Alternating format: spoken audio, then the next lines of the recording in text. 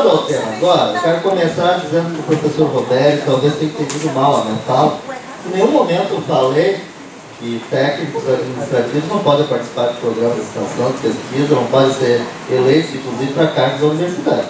Apenas eu fiz uma discussão que eu acho que é legítima de se fazer a respeito de composição de órgãos e de maioria nesse conceito. Apenas isso, que é uma discussão que tem que ser feita abertamente, sem medo de fazer essa discussão. Não existe apriorismo aqui, nem existe preconceito em relação a posições técnicas. Então, acho que esse debate tem que ser feito por uma questão de atividades e etc.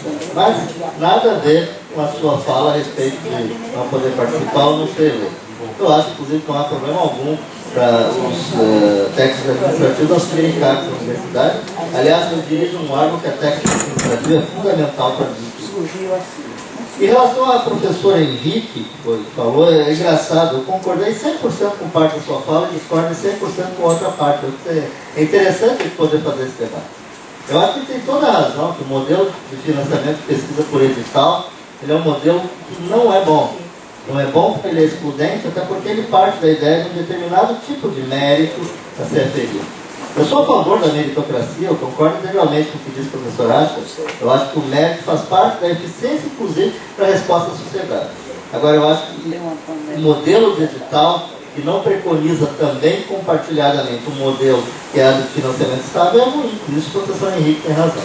Agora o professor Henrique está completamente equivocado quando diz que a universidade tem que definir o dinheiro que ela quer para tudo. Primeiro porque ela não gera esses recursos públicos. Há um debate todo que tem que ser feito na sociedade, porque o dinheiro público que o país gera não é só para financiar as universidades. É para financiar a saúde, é para financiar a educação básica, é para financiar a construção de estradas, é para financiar a infraestrutura, etc. Isso tudo tem que ser partilhado dentro de uma discussão dentro da sociedade. Agora, o que não pode, e aí eu vou começar respondendo o movimento, em relação à questão do orçamento. Quem aprova o orçamento da União é o Congresso Nacional, que é a instância que a democracia construiu como sendo aquela que representa a sociedade. Com todas as suas imperfeições, que nós sabemos muito bem quais são. Agora, ainda não temos modelo melhor que esse. E, nesse sentido, o que nós preconizamos é que a universidade, sim, vai ter o seu projeto de orçamento, que não pode ser diminuído, por uma questão de garantia da continuidade do processo. Esse orçamento da universidade deve ser discutido no Conselho Interuniversitário Federal, por conta de que esse é um conselho moderador entre a sociedade e as universidades, e, obviamente, tem que ser aprovado pelo Congresso Nacional. Quando a gente coloca que também tem que ter dinheiro para a expansão, é porque nós queremos acabar com a ideia de que projetos como o Reúne têm que ser projetos governamentais. Nós entendemos que a expansão da universidade é boa, e por isso defendemos a ideia de que o Reúne foi importante para a universidade, inclusive se repudiamos fortemente o que aconteceu nesta universidade, onde a reitoria foi invadida. Sabemos muito bem da forma como aconteceu, quem viveu aquele período sabe disso, inclusive com bandeiras penduradas na janela da reitoria da UFBA. Mas entendemos que o Reúne não pode ser um programa de governo, tem que ser um programa de Estado. A sociedade brasileira tem que definir a ideia de que nós temos que chegar no dia em que nós tenhamos ensino público gratuito de qualidade para todos, inclusive que não precisemos fazer com que 2/3 das nossas jovens vai estudar em universidade privada, que é o que acontece no Brasil. Então é isso que a gente fala, que a expansão da universidade tem que ter a contrapartida de financiamento público estável, e não apenas baseado em projetos governamentais, que são inclusive baseados em modelo de edital, que eu acabei de dizer que eu não concordava. Em relação à aprovação como última instância, como única instância da aprovação, o que nós queremos dizer é que na criação de um ente autárquico de tipo especial diferente, nós queremos inclusive criar um ordenamento jurídico diferente, no qual a gente não passe por uma fiscalização dos órgãos de controle exatamente igual como acontece em qualquer autarquia no país. Que a gente sabe muito bem como é que funciona, inclusive passando pelo TCU, que se exacerba do seu papel de órgão assessor do Congresso Nacional, que é para ser uma espécie de normatizador da despesa pública brasileira, coisa que não é seu papel constitucional fazer. Então nós defendemos que o Conselho seja assim o órgão que fiscaliza, inclusive com a composição que coloque lá o governo, o Congresso, a sociedade, além dos representantes locais, e que obviamente o orçamento vai ter que ser aprovado pelo Congresso Nacional. O orçamento não, as contas, em última análise, elas são aprovadas pelo Congresso como são. E aí, a estrutura como vai ser feita pelo Conselho de Curadores, pelo Conselho Universitário, cada estatuto vai decidir como fazer. Nós não estamos querendo acabar com o controle da sociedade sobre as universidades, ao contrário. Queremos, inclusive, fazer com que ele seja feito de uma maneira constitucionalmente muito mais adequada do que é hoje, inclusive pelo fato de não se respeitar a autonomia. A professora Isabela faz duas perguntas que são interessantes a gente discutir. Em primeiro lugar, o PROIF não está começando agora em novembro a discussão do projeto de autonomia. O nosso nono encontro nacional, que aconteceu em agosto, em João Pessoa, teve uma boa participação de professores da APUB, filiados ao PROIF, que se inscreveram e participaram como delegados, inclusive, lá estão nessa sala. Nós retomamos, por proposição de delegados do Congresso, uma discussão do projeto de autonomia que já tínhamos discutido, inclusive, uma lei orgânica semelhante a essa, no 5º Encontro Nacional, que aconteceu 4 anos atrás. Então, esse debate não é novo, e como eu disse, esse debate não é novo nem no movimento docente. Inclusive, a entidade que é dirigida pela professora Marinaldo, não tem só o Caderno 2 na sua história como publicação a respeito da autonomia. Em 1998 publicou um excelente trabalho, uma excelente proposta de autonomia universitária, mas que infelizmente, por se tratar na época de uma diretoria de oposição, as que lhe seguiram não lembram mais daquele projeto, mas que antes já teve um bom projeto de autonomia lá em 1998. O PROIF tem feito esse debate seguidamente e nós achamos que o momento de fazer essa discussão é agora. É agora, porque na realidade nós estamos, em primeiro lugar, no ano eleitoral, onde nós vamos discutir com os candidatos a presidente da República, com todos eles, porque nós acreditamos na democracia, ao contrário de alguns companheiros que não valorizam esse processo. Nós queremos discutir com todos que a expansão das universidades federais ela não pode acabar. Ela tem que continuar porque ela é boa para a sociedade brasileira. E isso, necessariamente, na nossa opinião, tem que passar pelo reforço da ideia de autonomia universitária. Então, o momento é esse também por isso.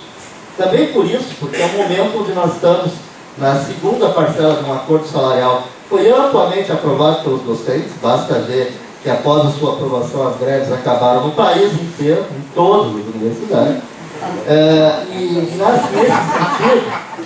Nesse sentido, nós temos um momento onde o debate salarial, que vai continuar, nós inclusive temos lá uma proposta sendo discutida pelos sindicatos, a PUB vai se integrar nisso com certeza, no triênio 2016-2018. Mas nesse ato, no período da campanha eleitoral, e preparando já um debate grande de sociedade que vai acontecer, é um momento importante para a autonomia acontecer. Eu vou concluir dizendo que a professora Isabela também pergunta como é que essas coisas são feitas no PROIF. Desse jeito que eu falei.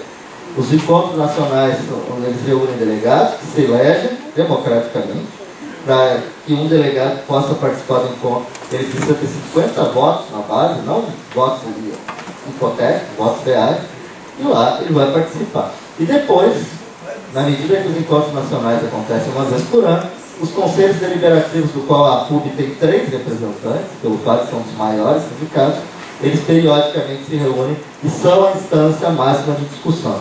E aí cada sindicato, porque nós também defendemos a autonomia do sindicato, tem os seus métodos de fazer as suas aferições a respeito daquilo que vão defender no encontro nacional. E nós achamos que agora, esse projeto tem que ser discutido por todos os professores, todos os estudantes, todos os técnicos, e por isso que nós apresentamos à sociedade, colocamos no nosso site, estamos aqui discutindo. E a PUB, que é uma entidade integrante do PROIF, está cumprindo esse papel justamente de fazer esse debate presencial, que é muito importante para que a gente possa conhecer olho no olho as nossas posições. E nós não temos nenhum problema de fazer isso. Estaremos aqui a todo momento que for necessário. Eu queria concluir agradecendo muito o convite que a PUB me fez. Não é a primeira, nem a segunda, nem a terceira vez que eu venho fazer discussões aqui nesse sindicato, que eu entendo que é um sindicato muito forte, muito importante, e sem dúvida nenhuma é um dos pilares de construção do PROIF Federação. E tenho certeza que com isso está ajudando a mudar a concepção do movimento docente no Brasil e ajudando também a mudar a universidade do Brasil. Muito obrigado pela atenção que me deram e o PROIF está à disposição para continuar esse debate de todos os modos. Eu vou começar a ser bem pontual, porque 5 minutos realmente passa muito rápido, sobre a pergunta da Isabela, como o tema está sendo debatido no Andes e no Congresso. Bem, o Andes, ele sempre se respalda, pela sua base. É um sindicato democrático que todas as suas decisões são tomadas de forma presencial em assembleias.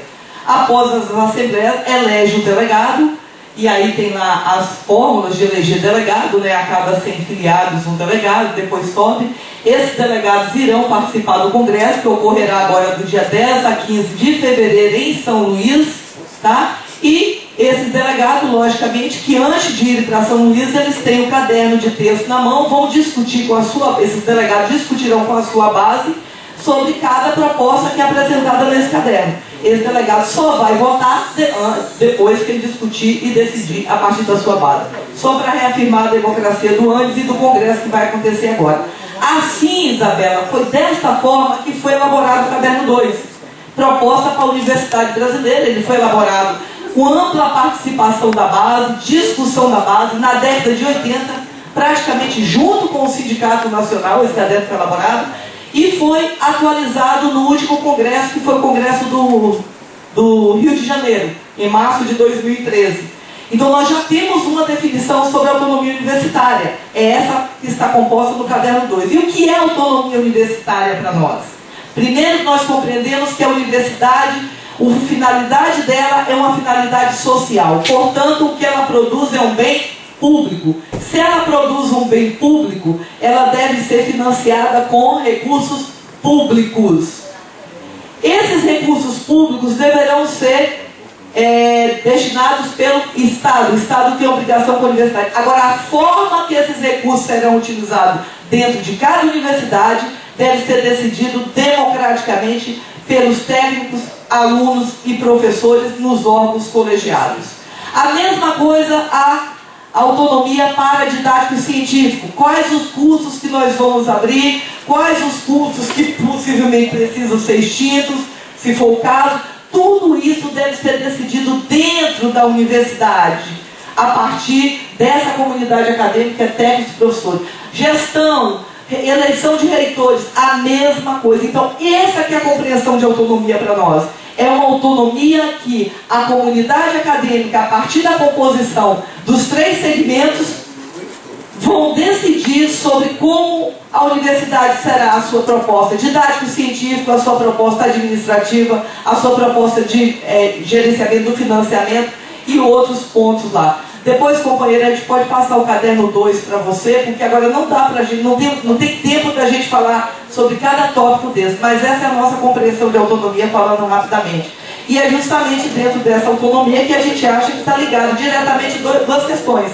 A democracia interna das universidades, não pode de forma alguma você estar vinculado a editais que o governo manda e determina, e você tem que cumprir. E muitas vezes os reitores ficam numa saia justa que cumpre ou cumpre, né? Porque se não cumprirem, porque a universidade não tem nenhuma autonomia. Outra coisa que eu queria tocar aqui é para o companheiro João. Professor João, eu não falo...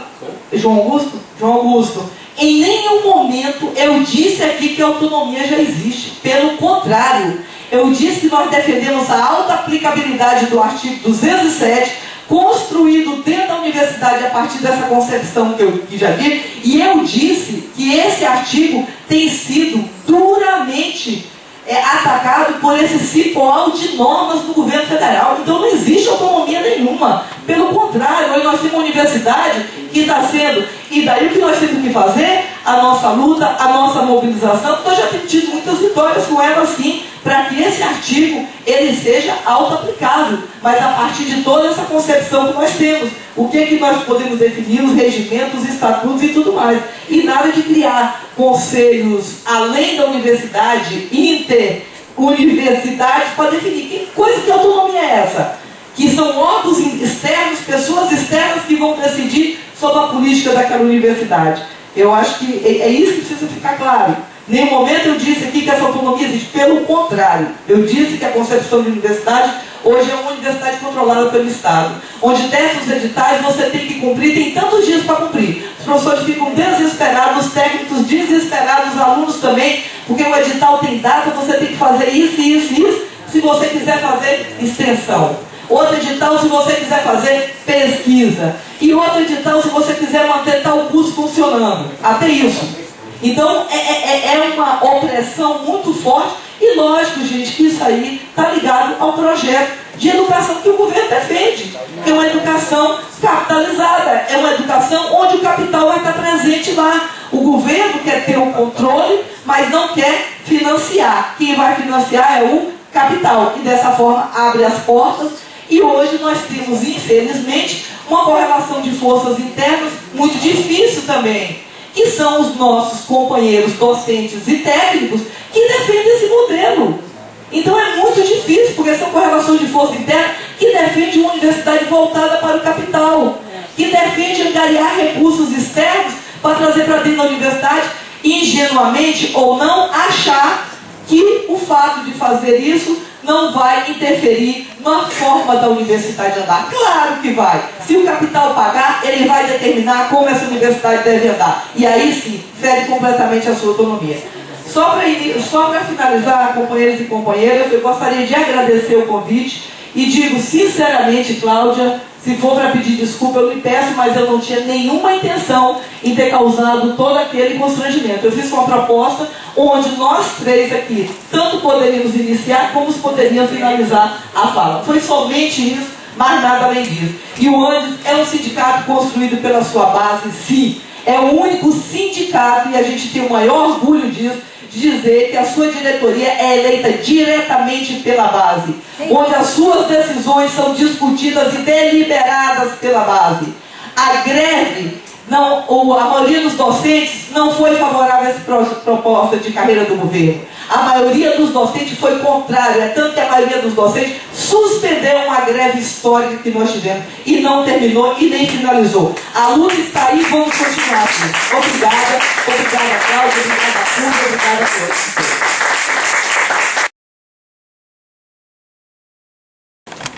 Bom, pegando aí algumas questões, que é o seguinte, olha, numa das reuniões da CONTUA, que é a Confederação de Trabalhadores das Universidades das Américas, que nós conseguimos construir, conversando com um companheiro da UASD, que é a Universidade Autônoma Santo Domingo. É uma universidade na República Dominicana, ela é autônoma. Ela tem lá um X que vai para dentro daquela universidade pronta, aí o conselho universitário discute lá e faz dissídio coletivo, tudo. Agora, em contrapartida, tem que ter transparência de tudo. Tanto é que lá está escrito na página: Paulo Henrique, técnico em eletrotécnico, lotado no setor de obra, entra às 7 horas da manhã, sai às 11, não sei o que, papapá, então está lá a ficha do indivíduo, quanto é que ganha e quanto é que faturou naquele mês. Isso é transparência. Eu, inclusive, na conversa com os companheiros, falei assim, deu um problema porque tinha muita gente que não contava em casa quanto que ganhava, né? Principalmente quem pagava pensão ali no... Aí começa a aparecer tudo. Então essa é a questão. E lá tem-se a parceria com a iniciativa privada. Só que a parceria é os moldes do que é feito em qualquer empresa. Eu fui ali na oficina do Zezinho, o mecânico dele consertou meu Fusca. O mecânico dele não ganhou dinheiro de mim, eu paguei com o Zezinho. Porque a oficina é do Zezinho. Então lá o dinheiro vai para a universidade, não vai para o bolso de ninguém. E daí entra no portal da transparência dele, está na contabilidade, está lá. Quer ver o horror que foi? A Universidade Federal de Uberlândia ameaçar de não ter professor para conferir as provas, corrigir provas do vestibular naquela época. Porque o Ministério Público mandou pegar o dinheiro da taxa do vestibular que estava no bolso da fundação e botar dentro do caixa da universidade, fonte 250. Foi um horror. E nós acabamos de ter agora a aprovação, como eu disse para vocês, do Plano Nacional de Capacitação e Qualificação. Que aí vai ter os cursos de mestrado e tudo mais e tal. Eu quero saber como é que vai se dar isso. Porque não vão ter a compreensão dentro da universidade que essa qualificação para ter a eficácia, a eficiência, a meritocracia que o pessoal defende, necessita da universidade oferecer o curso para os técnicos administrativos. Eu quero saber, então, se esse curso os conselhos vão conseguir implementar ou aprovar, a não ser que a gente vai ter, como na Universidade de Uberlândia, 4 professores que se dispuseram a fazer gratuitamente um curso de extensão para o MST, que o restante que queria até participar lá, queria no horário de serviço, receber. Essa é uma questão quando eu falo para vocês das contradições.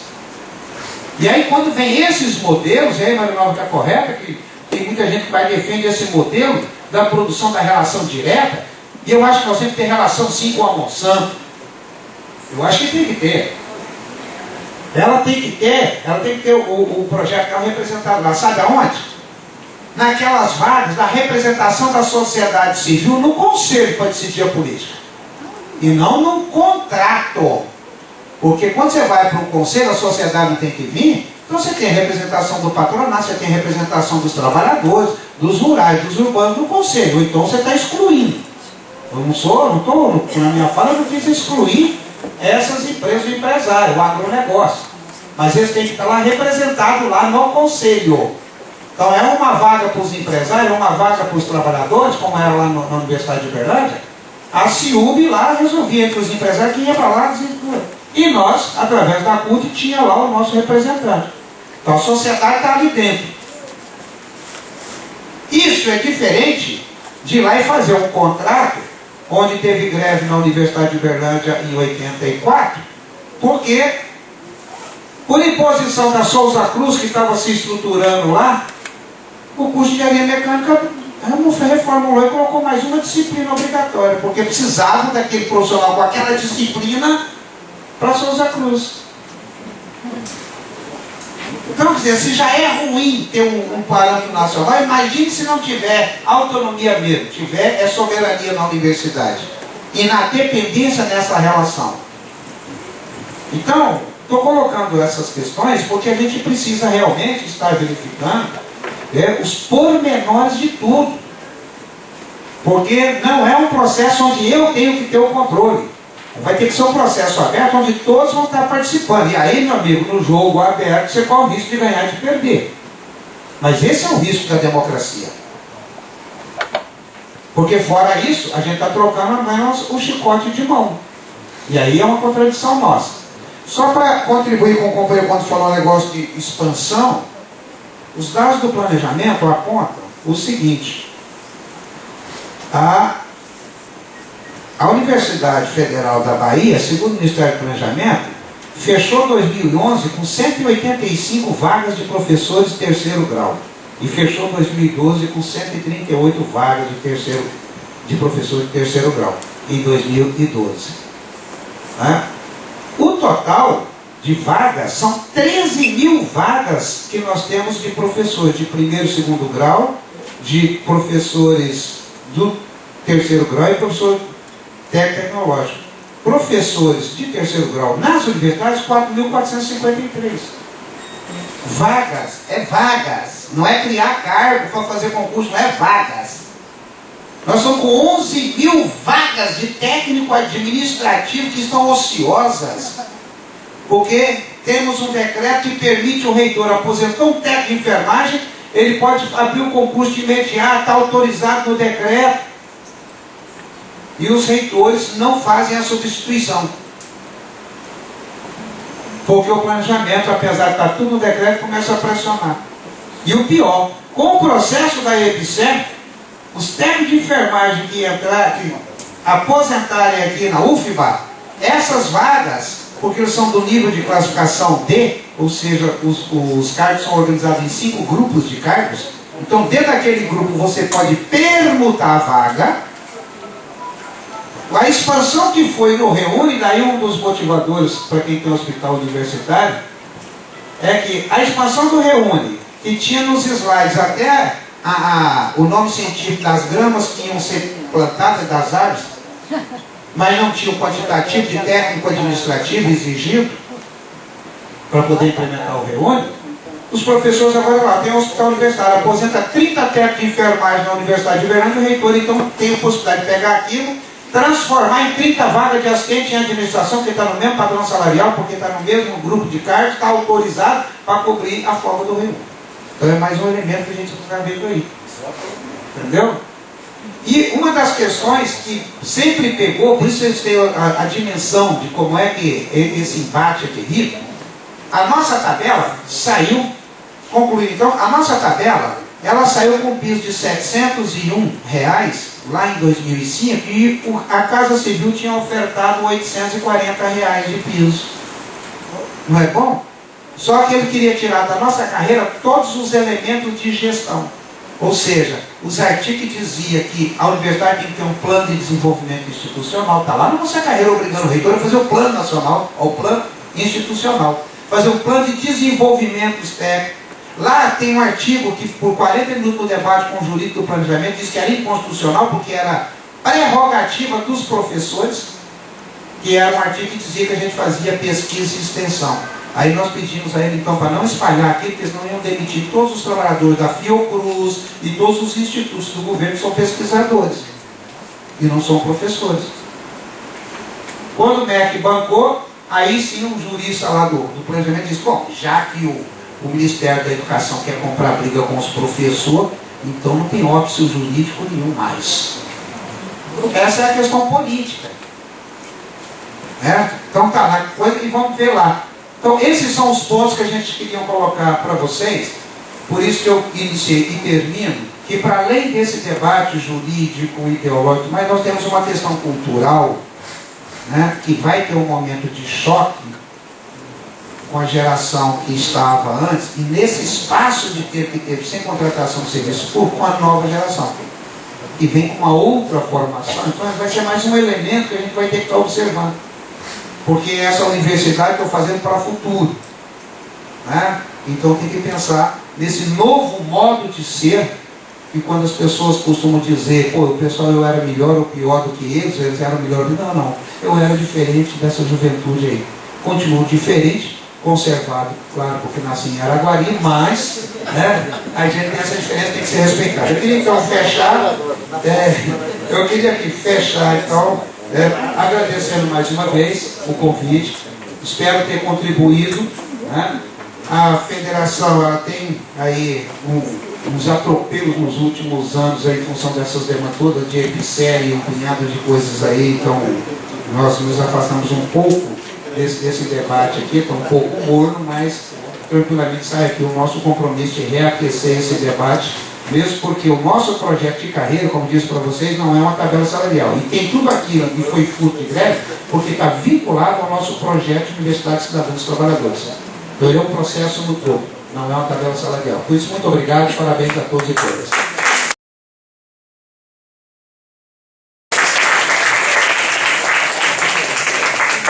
Bom, a importância de fazer o debate unindo os segmentos, e aí realmente, se a Briggs estivesse aqui, seria muito importante, porque representa exatamente os gestores das universidades, e é importante dizer que nós não estamos num lugar de estar em disputa com esses segmentos, seja os servidores técnico-administrativos, seja os servidores docentes, ou dos gestores, os reitores, até porque os reitores são também da própria universidade e são eleitos pela comunidade universitária. Acho que não é a intenção desse tipo de debate, da gente colocar em evidência as nossas diferenças em termos até de ocupação dos espaços na universidade, mas muito mais de pensar num projeto que unifica o que de fato possa garantir um modelo de universidade que a gente vem defendendo. Então acho que é nesse sentido que nós, a PUB e PROIFES, enfim, estamos encaminhando esse tipo de debate. De trazer exatamente os diferentes segmentos. Acho que aqui não se encerra de forma nenhuma, aqui é no início. Quer dizer, o PROIFES já faz essa discussão no seu encontro, mas nós também já há muitos anos, dentro do movimento docente, discutimos sim a autonomia universitária, não é uma discussão recente não, de forma nenhuma. Agora, neste momento, o professor João Augusto está mostrando aqui um jornal de 2010, Então, assim, é um assunto que está sempre na pauta do movimento docente, mas que o que a gente observa, que determinadas posições políticas, de fazer uma mudança, talvez de se anular, digamos, todas essas leis, tudo aquilo que vem impedindo essa autonomia universitária, como a própria professora Marinalva falou, né, desde 88, que se já tem uma proposta de autonomia, então são 26 anos, e que a gente não observa concretamente nenhum resultado positivo, né, para as universidades em termos dessa autonomia. Né? Então agora a gente vislumbra, e aí novamente a gente volta, né, para retomar essa discussão, mas em cima de uma possibilidade mais real de se eliminar todas essas barreiras. E para isso a gente precisa realmente ter uma força da comunidade universitária, dos estudantes, dos técnicos administrativos, dos docentes, dos reitores, em torno do modelo de universidade que a gente está querendo. Não é, evidentemente, apenas um único modelo de uma entidade ou de outra que vai prevalecer. Né? Mas esse tipo de discussão faz com que uma possa flexibilizar, de um lado, outra entidade, para que a gente avance. Acho que as conquistas sociais, as conquistas políticas, a história, né, sempre o Josiano coloca, né, é uma história sempre de avanços. A gente precisa avançar. Não dá mais para dizer que é contra a regulamentação da universidade, sendo que os professores estão sufocados, abandonando a universidade, não aguentando mais, né, a situação hoje que é fazer pesquisa, fazer extensão, eleger o próprio reitor, reitora, porque, de fato, nós não elegemos ninguém. Todos nós sabemos isso. Né? E o que é que se fez para isso até então? A gente conseguiu avançar alguma coisa nessa direção? Não. Hoje, ainda nós fazemos consultas que o governo vai lá e depois considera a consulta que nós fizemos. Mas não há nenhuma determinação legal para essa própria consulta. Tem professores que fazem participam de consulta nas suas unidades, eles não sabem disso. Porque não existe, né, uma normatização nesse sentido. Então, é muito importante, como eu falei aqui no início, e a gente sente uma satisfação muito grande, né, e acreditando que realmente nós agora estamos vivendo um outro momento, que é o momento de reconhecer as nossas dificuldades para mudar tudo, talvez como nós quiséssemos ou desejássemos, em torno de um modelo de universidade ideal, que não pode ser de um grupo ou de outro, de uma corrente ou de outra, mas é um modelo de universidade que tem que dialogar com a sociedade de fato, né? E agora eu acho que chegou esse momento e vamos, a PUB, todos os outros sindicatos, né, participar ativamente e dar as contribuições necessárias para a gente avançar.